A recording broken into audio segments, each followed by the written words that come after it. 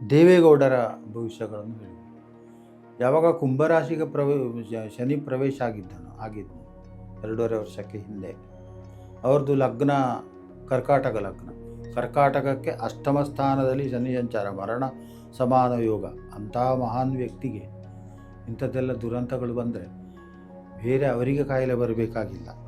ಇನ್ನು ದೇಶದ ಚಿಂತನೆಗಳು, ಅವರು ದೇಶವನ್ನೇ ನೋಡುವವರು. ತನ್ನ ಕುಟುಂಬವೂ ಒಂದು ಕಡೆ ಅಲ್ಲಿ ನೋವು ಅನುಭವಿಸ್ತದೆ, ದೇಶವನ್ನು ನೋಡುವವರು. ಅವರ ದುಃಖಗಳನ್ನು ನಾವು ಈ ರೀತಿ ಅಂತ ಹೇಳಲಿಕ್ಕೆ ಸಾಧ್ಯ ಇಲ್ಲ. ಆದರೆ ಇನ್ನು ನವೆಂಬರ್ 28ರ ನಂತರ ಅವರಿಗೆ ಉದಯ ಆಗ್ತಾ ಉಂಟು, ಶುಭೋದಯ ಆಗ್ತಾ ಉಂಟು, ಒಳ್ಳೆಯ ದಿನಗಳನ್ನು ಅವರು ಕಾಣಬಹುದು. ಆಯುಷ್ಯದ ಮಟ್ಟಿಗೂ ಕೂಡ ಅವರಿಗೆ ಇನ್ನೂ ತೊಂದರೆಗಳಿಲ್ಲ. ಒಂದು ವೇಳೆ ನವೆಂಬರ್ 28ರ ಒಳಗೆ ಅವರಿಗೆ ಏನೋ ತೊಂದರೆ ಬರಬೇಕಾಗಿತ್ತು, ಅದು ಯಾಕೆ ಬರಲಿಲ್ಲ ಅಂತ ಹೇಳಿದರೆ, ಅವರ ಹತ್ರ ಒಂದು ತಾಳ್ಮೆ, ಒಂದು ಸಂಯಮ, ದೈವಭಕ್ತಿ, ಬ್ರಾಹ್ಮಣ ಭಕ್ತಿ ಇದೆಲ್ಲ ಉಂಟು. ಬ್ರಾಹ್ಮಣ ಅಂತ ಹೇಳಿದ್ರೆ ಬ್ರಾಹ್ಮಣ ಜಾತಿ ಅಂತ ಹೇಳಿ ತಿಳ್ಕೊಳ್ಬೇಡಿ, ಆ ಬ್ರಹ್ಮತ್ವದ ಭಕ್ತಿ ಉಂಟು ಅವರ ಹತ್ರ. ನಾನು ಕೂಡ ಅವರನ್ನು ಭೇಟಿ ಮಾಡಿದ್ದೇನೆ. ಸೊ ಅಂತಹ ವ್ಯಕ್ತಿಗೆ ಅದೆಲ್ಲ ಆಶೀರ್ವಾದಗಳಾಗ್ತದೆ.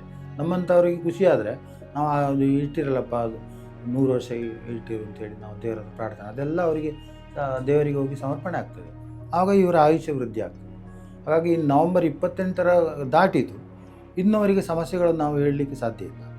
ಒಳ್ಳೆಯ ದಿನಗಳೆಲ್ಲ ಅವರಿಗೆ ಬರ್ಬೋದು, ಒಳ್ಳೆಯ ಸೂಚನೆಗಳೆಲ್ಲ ಉಂಟು. ಇಲ್ಲಿ ಇಷ್ಟನ್ನು ನಾವು ಹೇಳ್ಬೋದು. ಲೇಟೆಸ್ಟ್ ಹಾಗೂ ಇಂಟ್ರೆಸ್ಟಿಂಗ್ ಸುದ್ದಿಗಳಿಗಾಗಿ ಬಾಸ್ ಟಿವಿ ಕನ್ನಡ ಚಾನೆಲ್ನ ಸಬ್ಸ್ಕ್ರೈಬ್ ಮಾಡಿ. ಹಾಗೆಯೇ ಬೆಲ್ ಐಕಾನ್ ಪ್ರೆಸ್ ಮಾಡಿ. ಇದರ ಜೊತೆಗೆ ಫೇಸ್ಬುಕ್, ಇನ್ಸ್ಟಾಗ್ರಾಮ್, ಎಕ್ಸ್ನಲ್ಲೂ ಮಿಸ್ ಮಾಡದೆ ಫಾಲೋ ಮಾಡಿ.